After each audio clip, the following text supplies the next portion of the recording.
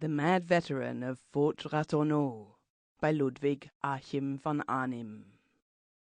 Count Durand, the good old Commandant of Marseille, sat shivering alone one cold, stormy October evening by the ill-fitting stove of his handsome Commandant's quarters, and kept drawing closer and closer to the fire, while the carriages rumbled past in the street to a grand ball, and his servant Basset, who was also his favourite companion, snored vigorously in the ante-room. Even in the south of France it is not always warm, the old gentleman thought, and shook his head. Nor yet do people remain always young there, but the gay whirl of society takes as little thought for age as architecture does for winter. What would he, the commander of all the veterans, who in those days, during the 7 Years' War, formed the garrison of Marseille and its forts, make of himself at the ball with his wooden leg?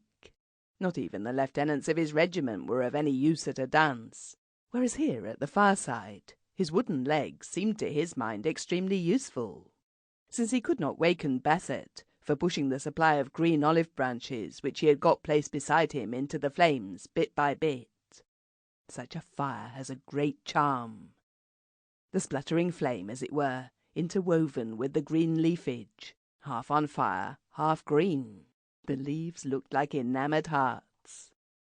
It reminded even the old gentleman of youthful brilliance, and caused him to become absorbed in the construction of fireworks, such as once on a day he had devised for the court, and to speculate on new and even more complicated combinations of colour and movements, with which he meant to surprise the Marseillaise on the King's birthday.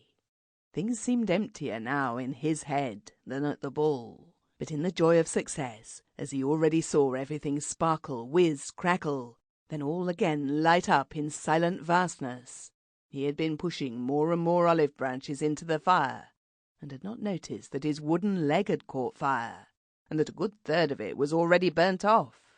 It was only when he tried to jump up as the grand finale, the discharge of 1,000 rockets, carried away and inflamed his imagination, that he noticed, through collapsing in his easy-chair, that his wooden leg had become shorter, and that even what was left was alarmingly on fire.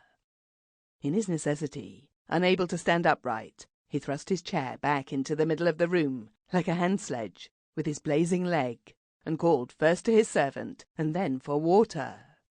At that moment, a woman ran with eager bustle to his aid, who had been shown into the room, and had been endeavouring for a long time to attract the Commandant's attention by an apologetic cough, but without success. Sample complete. Ready to continue?